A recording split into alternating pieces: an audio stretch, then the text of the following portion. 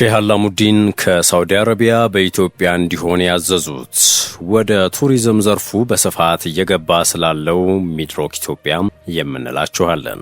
ከዚህ ጋር በተያያዘ ዘንድሮ በምርጫ ጣቢያ የሚወዳደሩት ምክትል ጠቅላይ ሚኒስትር ተመስገን ጥሩነህ ለባለሀብቶች ያስተላለፉትን ማስጠንቀቂያ ማካተናል። የኢትዮጵያ ኦርቶዶክስ ተዋሕዶ ቤተክርስቲያን ዓመታዊ የርክበ ካህናት ቅዱስ ሲኖዶስ ምልዓተ ጉባኤም ትላንት ሚያዝያ 28 ቀን 2018 ዓ.ም በአዲስ አበባ መጀመሩን ተከትሎ ብፁዕ ቅዱስ አቡነ ማትያስ ለሀገር መሪዎችና ለፖለቲካ ልሂቃን ለሰላም እንዲተጉ መልእክት አስተላልፈዋል። በአሜሪካ ማዕቀብ ኢላማ የተደረጉት የኤርትራ ወሳኝ ባለስልጣናት ከኤርትራ ድንበር መውጣት ፈተና የሆነባቸው ሹማምንት እነማን ናቸው? እንመለከተዋለን። ጤና ይስጥልን። የሰዓቱ ዜናችን ተጀመረ። እነዚህን አበይት ነጥቦችን በዝርዝር እናስደምጣችኋለን። አብራችሁን ቆዩም።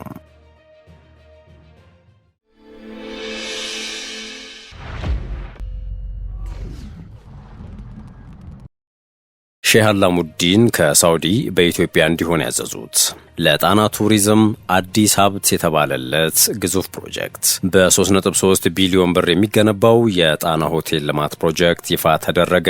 ምክትል ጠቅላይ ሚኒስትር ተመስገን ጥሩነህ ያስጀመሩት ፕሮጀክት በባህር ዳር ከተማ በጣና ሐይቅ ዳርቻ የሚገኘውን ታሪካዊውን ጣና ሆቴልን በዘመናዊ መልኩ መልሶ ለማልማት ያስችላል። በዝግጅቱ ላይ ተገኝተው የነበሩት የሚድሮክ ኢትዮጵያ ዋና ስራ አስኪያጅ አቶ ጀማል አህመድ እንደ ሀገርም ሆነ እንደ ግዙፍ ኢንቨስትመንት ኩባንያ ጣናን ገዝተን ወደ ዓለም አቀፍ ሆቴልነት መቀየር የተነሳንበት በመሆኑ ነው ብለዋል።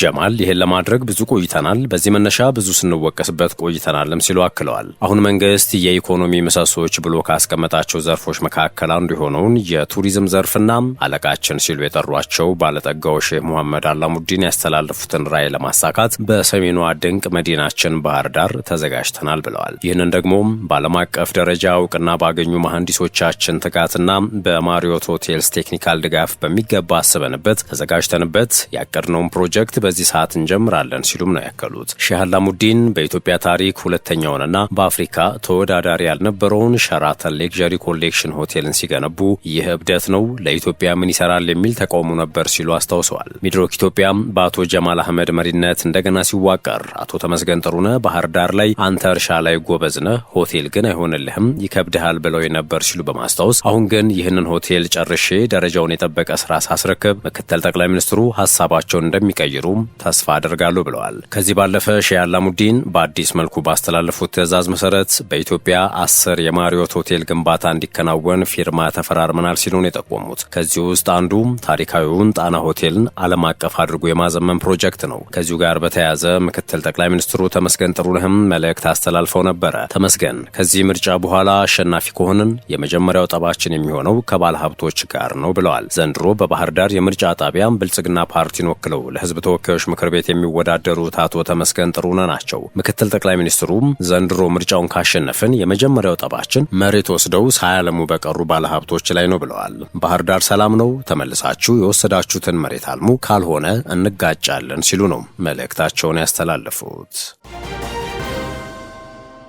አቡነ ማትያስ ለፖለቲካ ኃይሎች አንገብጋቢ ጥሪ አቅርበዋል። የኢትዮጵያ ኦርቶዶክስ ተዋሕዶ ቤተክርስቲያን ዓመታዊ የርክበ ካህናት ቅዱስ ሲኖዶስ ምልዓተ ጉባኤ ትላንት ሚያዝያ 28 ቀን 2018 ዓ.ም መጀመሩን ተከትሎ ብፁዕ ቅዱስ አቡነ ማትያስ ለሀገር መሪዎችና ለፖለቲካ ልሂቃን ለሰላም እንዲተጉም መልእክት አስተላልፈዋል። ፓትርያርኩ በጉባኤው መክፈቻ ላይ ባደረጉት ንግግር በሀገር ደረጃ ያለውን አለመረጋጋትና ግጭትን በመጥቀስ ፖለቲከኞችና ባለስልጣናት ከኃይል አማራጭ ይልቅ የሕዝቡን የልብ ትርታ እንዲያዳምጡ አሳስበዋል። በተለይም በስልጣን ላይ ያሉና አማራጭ ሐሳብ አለን የሚሉ ወገኖች እግዚአብሔርን እንዲፈሩና በሰው ልጆች ላይ እንዳይጨክኑ ጥሪ አቅርበዋል። ቅዱስነታቸው በንግግራቸው ወቅት ሰውን መያዝ የሚቻለው ሕሊናን በመርታት እንጂ በሌላ አይደለምና የሕዝቡን ፍላጎትና የልብ ትርታን በሚገባ አዳምጡ ሲሉ የገለጹ ሲሆን ሕዝቡ የሚፈልገው በሰላም ወጥቶ መግባት፣ ፍትህን ማስፈንና ለኑሮ የሚበቃ ምጣኔ ሀብትን ማግኘት፣ የእምነት ነጻነትና እኩልነትን መረጋገጥ መሆኑን አጽንኦት ሰጥተዋል። ሕዝቡ ከነዚህ ከተሟሉለት ተደመጠ ማለት ነው። ከተደመጠ ደግሞ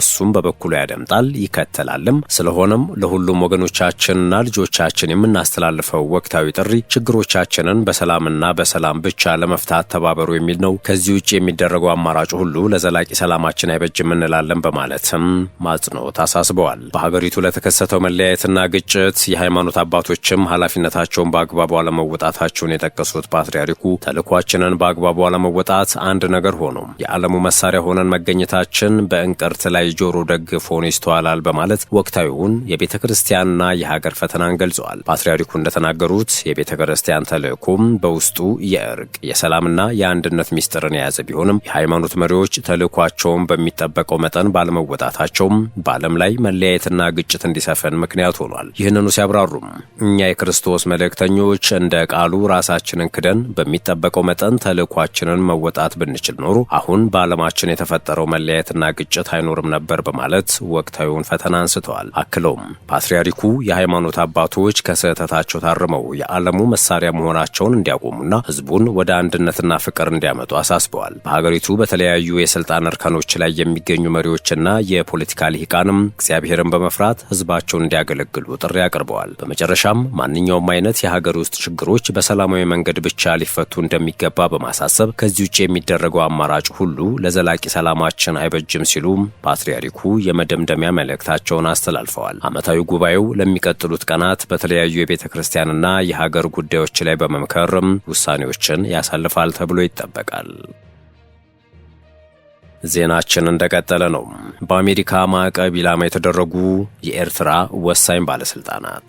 ከኤርትራ ድንበር መውጣት ፈተና የሆነባቸው ሹማምንት እነማን ናቸው? የአሜሪካ የውጭ ጉዳይ መስሪያ ቤት በድረገጹ ባሰፈረው ጽሑፍ መሰረት ከሰሜን ኢትዮጵያ ጦርነት ጋር በተያያዘ በአውሮፓውያኑ 2021 በኤርትራ ተቋማትና ግለሰቦች ላይ ማዕቀብ ተጥለዋል። ፕሬዝዳንታዊ ትዕዛዝ በቁጥር 13818 እና 14046 በተሰኙ ትዕዛዞች አማካኝነት በኢትዮጵያ ውስጥ ከተፈጸሙ የሰብአዊ መብት ጥሰቶች ጋር በተያያዘ ማዕቀቦች መጣላቸው ተገልጿል። የአሜሪካ ፍላጎት ኤርትራ ቀጠናዊ መረጋጋትን እንዳታውክ መከላከል፣ ሀገሪቷ ዴሞክራሲን ወደ ማዕከል የፖለቲካ ስርዓት እንድትሻገር ማስቻል፣ የሃይማኖት ነጻነትን ጨምሮ ሰብአዊ መብቶችን ማስከበር እንዲሁም የምጣኔ ሀብት እድገትን ማረጋገጥ እንደሆነ ድረገጹ ከ4 ዓመታት በፊት ያወጣው ጽሑፍ ይጠቁማል። የአሜሪካ መንግስት ማዕቀብ የጣለው በ4 የኤርትራ ተቋማትና በ2 ኤርትራውያን ባለስልጣናት ላይ ነው። የአሜሪካ ግምጃ ቤት በወቅቱ በድረገጹ ወጣው ጽሑፍ ላይ እንደሰፈረው በፕሬዝዳንታዊ ትዕዛዝ ወይም ኢኦ 14046 አማካኝነት ኤርትራውያኑ ተቋማትና ግለሰቦች ማዕቀብ የተጣለባቸው ለኢትዮጵያ ደህንነትና አንድነት ስጋት በመደቀናቸው በሚል ነው። ባለስልጣናቱ የኤርትራ ብሔራዊ ደህንነት ኃላፊ ብርጋዴር ጄኔራል አብርሃም ካሳና የኤርትራ ገዢ ፓርቲ የምጣኔ ሀብት አማካሪ ሀጎስ ገብረ ሕይወት ናቸው። የአሜሪካ ግምጃ ቤት በአውሮፓውያኑ 2021 ባወጣው ጽሑፍ ማዕቀቡ በቀጠናው በ100 ሺህ የሚቆጠሩ ሰዎችን ቀውስ ውስጥ የከተቱ አካላትን ኢላማ እንዳደረገ አስታውቋል። በጽሑፉ ላይ የኤርትራ ኃይሎች በግጭቱ ውስጥ በኢትዮጵያ በጭፍጨፋ በዘርፊያና በወሲባዊ ጥቃት ተጠያቂ ናቸው ብሏል። የኤርትራ መከላከያ ኃይል ላይ ማዕቀብ የተጣለው ከዝርፊያ፣ ከወሲባዊ ጥቃት፣ ከንጹሐን ግድያና ሰብአዊ እርዳታን ከማስተጓጉል ጋር በተያዙ ክሶች መሆኑ ተገልጿል። ፕሬዝዳንት ኢሳያስ አፈወርቅ የሚመሩት የኤርትራ ብቸኛው ፓርቲ ሆነው ገዢው ፓርቲ ማዕቀብ የተጣለበት በቀጥታ ለመከላከያ ኃይሉ በሚያስተላልፋቸው ትዕዛዞች ምክንያት መሆኑም ተመላክቷል። የኤርትራ ብሔራዊ ደህንነት ኃላፊ ብርጋዴር ጄኔራል አብርሃም ካሳ ባላቸው የከፍተኛ ኃላፊነት በሰሜን ኢትዮጵያው ቀውስ በቀጥታ ወይም በተዘዋዋሪ ባላቸው ድርሻ ማዕቀብ እንደተጣለባቸው የአሜሪካ ግምጃ ቤት መረጃ ይጠቁማል። የኤርትራ ገዢ ፓርቲ የምጣኔ ሀብት አማካሪ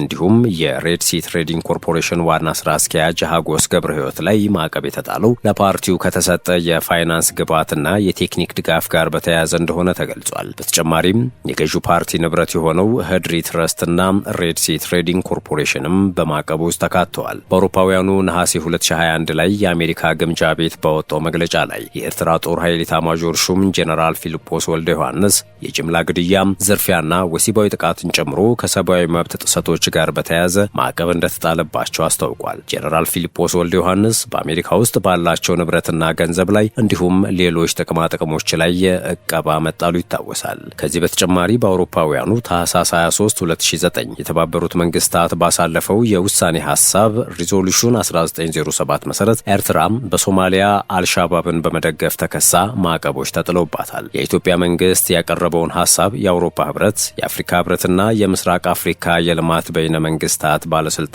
ወይም ኢጋድ መደገፋቸውን ተከትሎ የጸጥታው ምክር ቤት የውሳኔ ሐሳቡን አጽድቋል። በወቅቱ በመንግስታቱ ድርጅት የኤርትራ ተወካይ የነበሩት አምባሳደር አርአያ ደስታ ውሳኔውን በአሜሪካና በኢትዮጵያ መንግስታት የተቀነባበረ ውሸተኛና አደገኛና አሳፋሪ ሲሉ ኮንነውት ነበረ። በሶማሊያና ኤርትራ ለዓመታት ምርመራ ከተካሄደ በኋላም አስመራ ለአልሻባብ ታጣቂዎች ድጋፍ መስጠቷን የሚያሳይ እርግጠኛ መረጃ አልተገኘም። ተመድ የጣለው ማዕቀብ ከ9 ዓመታት በኋላ በአውሮፓውያኑ 2018 ተነስቷል።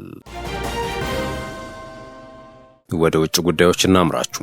አሜሪካና የባህረ ሰላጤው አጋሮቿ ኢራን በሆርሙዝ ወሽመጥ የሚያልፉ መርከቦች ላይ ጥቃት መፈጸሟን ካላቆመች ማዕቀብ እንዲጣልባት ወይም ሌላ እርምጃ እንዲወሰድባት የሚጠይቅ የውሳኔ ሐሳብ ለተባበሩት መንግስታት ማቅረባቸውን አሶሺየትድ ፕሬስ ዘግቧል። ለጸጥታው ምክር ቤት የቀረበው የውሳኔ ሐሳብ ኢራን በሆርሙዝ ወሽመጥ ላይ ህገወጥ ክፍያዎችን መጣሏን እንድታቆም እንዲሁም ፈንጂ የተጠመደባቸውን ቦታዎች በሙሉ በማሳወቅ የጉዞ ነጻነት እንድትፈቅድ ይጠይቃል። የተባበሩት መንግስታት ወሳኝ እርዳታ፣ ማዳበሪያና ሌሎች ምርቶች በወሽመጡ የሚያልፍበት የሰብአዊ ኮሪደርን ለማቋቋም በሚያደርገው ጥረት ውስጥ ኢራን በአስቸኳይ እንድትሳተፍና እንድታመቻች የሚል ጥያቄ መካተቱን ከውሳኔ ሐሳቡ እንደተመለከተ ነው ኤፒ የዘገበው። አሜሪካና የባህረ ሰላጤው አጋሮቿ ይህን አይነቱን ዲፕሎማሲያዊ ጥረት ሲያደርጉም የመጀመሪያቸው አይደለም። መጋቢት መጨረሻ ላይ በተካሄደው የጸጥታው ምክር ቤት ስብሰባ ላይ የሆርሙዝ ወሽመጥ እንዲከፈት ለማድረግ የቀረበው የውሳኔ ሐሳብ በቻይናና በሩሲያ ድምፅን በድምፅ የመሻር መብት ውድቅ ተደርጓል። አሜሪካና ኢራን ጊዜያዊ ተኩስ አቁም ላይ መድረሳቸው የተገለጸው ከዚህ ስብሰባ ከሰዓታት በኋላ ነበረ።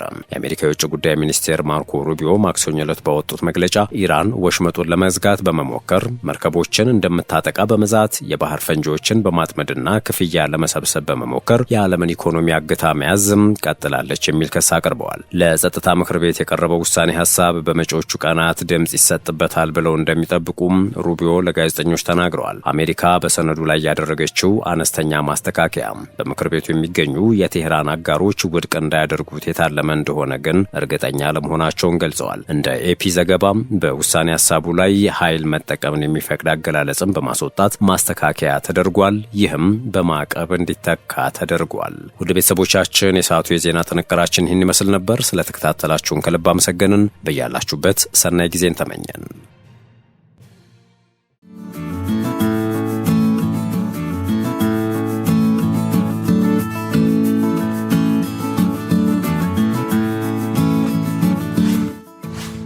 ሸገር ታይምስ ሚዲያን ሰብስክራይብ በማድረግና ደወሉን በመጫን ይከተሉን።